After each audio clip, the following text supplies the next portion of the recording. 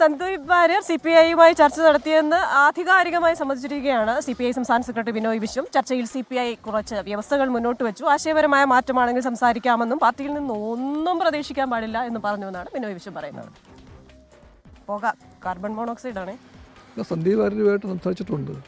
ആദ്യം പറഞ്ഞ വ്യവസ്ഥ ഇതാണ്, ആശയപരമായ മാറ്റമാണെങ്കിൽ സംസാരിക്കാം. ആശയപരമായ മാറ്റമാണെങ്കിൽ ഇത് കണ്ടീഷനായിരുന്നു.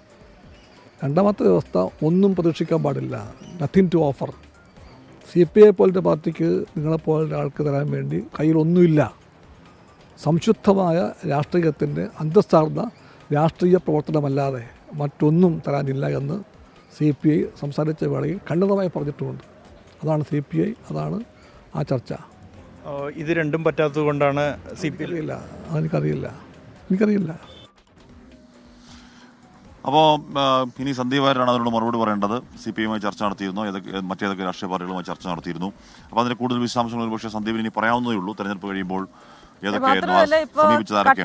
CPI ഒന്നും പാർട്ടിയിൽ നിന്ന് പ്രതീക്ഷിക്കേണ്ട എന്ന് പറഞ്ഞതുകൊണ്ടാണോ CPI വേണ്ടെന്ന് വെച്ചത് എന്നൊക്കെയുള്ള ചോദ്യങ്ങൾ ഉറപ്പായുണ്ട്. എന്ന് പറഞ്ഞാൽ അതിനുശേഷം വയബിളായിട്ടുള്ള രാഷ്ട്രീയ ഓപ്ഷൻ ഏതാണ് എന്ന് സന്ദീപ് ചിന്തിച്ചിട്ടുണ്ടാകണം. അപ്പോൾ അത് പറയേണ്ട സന്ദീപാണ്.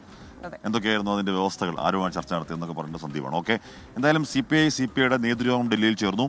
PB അംഗങ്ങളും CPI ദേശീയ സെക്രട്ടേറിയറ്റ് അംഗങ്ങളും യോഗത്തിൽ പങ്കെടുത്തു. ബൽറാം നെടുങ്ങാടി വിവരങ്ങളുമായി ചേരുന്നുണ്ട്. Balram, good morning.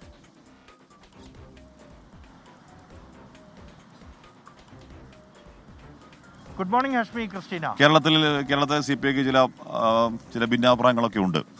അതൊക്കെ അവിടെ ചർച്ചയായോ ബൽറാം?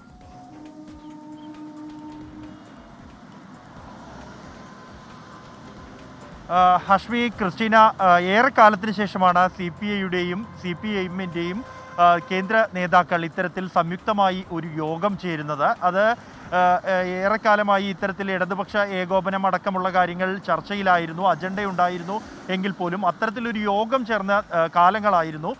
ആ തരത്തിലുള്ളൊരു യോഗമാണ് ഇന്നലെ വൈകിട്ട് ഡൽഹി AKG ഭവനിൽ ചേർന്നത്. ഇതിൽ ഡൽഹിയിലുള്ള CPI-എമ്മിൻ്റെ പോളിറ്റ് ബ്യൂറോ അംഗങ്ങളും ഒപ്പം തന്നെ CPI-യുടെ ദേശീയ സെക്രട്ടേറിയറ്റ് അംഗങ്ങളും പങ്കെടുത്തു.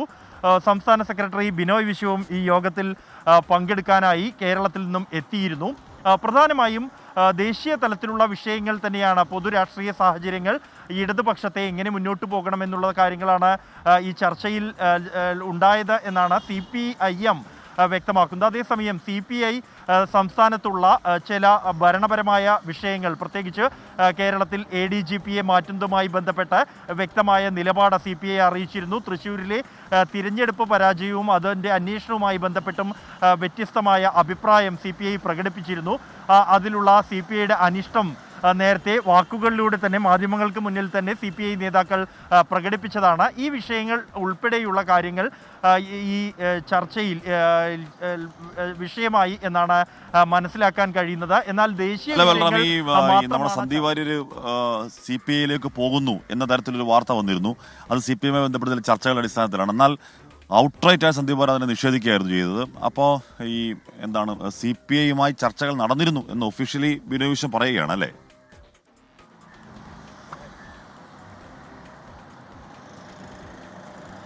അതെ ഹാഷ്മി, ഈ CPI-യുമായി സന്ദീപ് വാര്യർ ചർച്ച നടത്തിയിരുന്നുവെന്നും മണ്ണാർക്കാട് സീറ്റ് അടക്കമുള്ള വിഷയങ്ങൾ ചർച്ചയായി എന്നുമുള്ള റിപ്പോർട്ടുകൾ നേരത്തെ ഉണ്ടായിരുന്നെങ്കിലും അത് CPI-യുടെ ഭാഗത്തു നിന്നും സ്ഥിരീകരണം ഇക്കാര്യത്തിൽ ഉണ്ടായിരുന്നില്ല.